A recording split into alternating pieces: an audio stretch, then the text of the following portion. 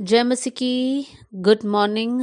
आज सुबह प्रभु का वचन हमारे लिए भजन संहिता अध्याय 119 आयत 18, साम चैप्टर 119 वर्स 18 आपके लिए पढ़ना चाहती हूँ। मेरी आंखें खोल दे कि मैं तेरी व्यवस्था की अद्भुत बातें देख सकूं। एक और बार, मेरी आंखें खोल दे कि मैं तेरी व्यवस्था की अद्भुत बातें देख सकूं। यहाँ पर एक साधारण सा इंसान जब इस आयत को पढ़ेगा, उसे ऐसा लग सकता है कि भजनकार शायद से अंधा इंसान है। लेकिन यहाँ पर भजनकार अंधा इंसान नहीं है। वो जब परमेश्वर से प्रार्थना करता है मेरी आंखें खोल दे, तब वो शारीरिक आंखों के बारे में बात नहीं कर रहा है। वो कौन सी आंखों के बारे में बात कर रहा है? यहाँ पर लिखा है मैं तेरी व्यवस्था की अद्भुत बातें देख सकूं। यहाँ पर भजनकार कहता है हे प्रभु, मेरी आत्मिक आंखों को खोल दे। मेरे प्रियो, इस आयत से हमें एक दो बात यहाँ पर समझ आता है। जहाँ पर लिखा है कि तेरी व्यवस्था की अद्भुत बातें देख सकूं, सबसे पहली बात हमें ये समझना है कि प्रभु के वचन में बहुत सारी अद्भुत बातें छिपी हुई है। हमारे लिए बाइबल बोरिंग नहीं होना चाहिए, क्योंकि इसमें परमेश्वर के अद्भुत कार्यों का वर्णन किया है। बहुत सारी अद्भुत बातें इसमें लिखा है। और दूसरी बात यह है कि हम लोग जितना कोशिश करें, हमारे बल के अनुसार हम इन अद्भुत बातों को ढूंढ नहीं पाएंगे, समझ नहीं पाएंगे। और तीसरी बात यह है कि हमें हर बार प्रभु से कहना है, प्रभु मेरी आंखें खोल दे कि मैं तेरी व्यवस्था की अद्भुत बातें देख सकूं। मेरे प्रियो, जब हम प्रार्थना करेंगे, परमेश्वर हमारी आंखों को खोल देगा। और जब हम प्रभु के वचन को पढ़ते हैं, तब वो वचन हमसे बात करने लगेगा। ये वचन का गहरी बातों को हम समझने लग जाएंगे। लेकिन हमें हर बार दुआ करना है, प्रभु मेरी आंखें खोल दे, आप मुझसे बात करना। तब परमेश्वर प्रभु के वचन से हमसे बात करेगा।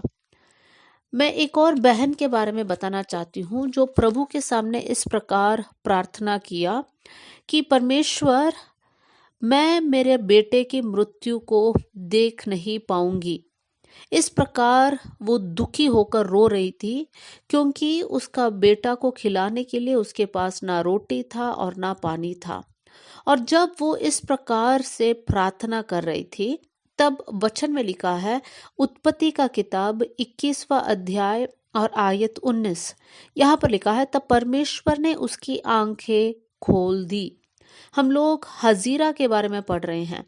हजीरा बैठकर रो रही हैं कि प्रभु मेरा बेटा मरने जा रहा है, भूख के कारण, प्यास के कारण मैं नहीं देख सकती हूँ प्रभु जी।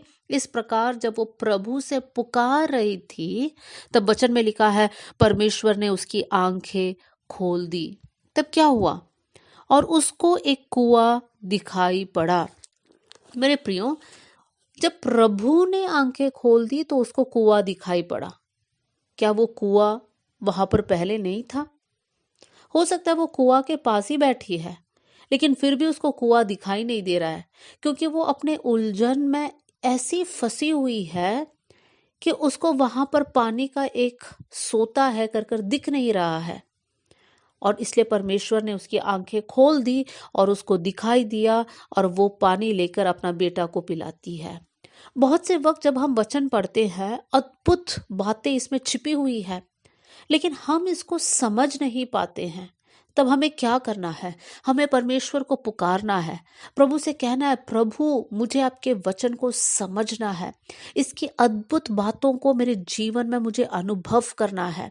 मेरे प्रियो, बाइबल पढ़ना हमारे लिए एक एक्साइटिंग बात होना चाहिए।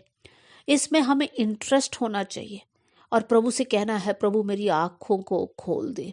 जब हम इस प्रकार प्रार्थना करेंगे, परमेश्वर हमारी आंखों को खोल देगा और प्रभु के वचन की बातों को, मर्मों को हम समझ पाएंगे। आज मैं आप लोगों को एनकरेज करना चाहती हूँ, हर बार जब आप वचन पढ़ते हैं 1 मिनट निकाल कर पहले आप प्रार्थना कीजिए कि प्रभु मैं तेरे वचन की बातों को समझ पाऊँ, मेरी आंखों को खोल दीजिए। इस प्रकार आप प्रार्थना कर कर जब वचन पढ़ोगे तब परमेश्वर आपके लिए कार्य करेगा। आइए हम लोग मिलकर प्रार्थना करें। स्वर्गीय पिता, आज का वचन के लिए मैं धन्यवाद करती हूँ प्रभु जी। प्रभु आपके वचन में अद्भुत बातें छिपी हुई है परमेश्वर पिता, लेकिन आप हमारी आंखों को खोल दीजिए प्रभु, ताकि आपकी व्यवस्था के प्रभु आपके वचन के अद्भुत बातों को हम देख पाए, अनुभव कर पाए, दूसरों को बता पाए कर कर मैं प्रार्थना करती हूँ। हम आपके बच्चे हैं परमेश्वर पिता, आपके वचन में हम आनंदित होना चाहते हैं प्रभु जी। आप ऐसा अनुग्रह हम पर करना प्रभु। आपने हमारी प्रार्थना सुन ली, इसलिए धन्यवाद। आदर और महिमा आपको देते हुए यीशु के नाम से हम मांगते हैं, amen. God bless you all. जय मसीह की।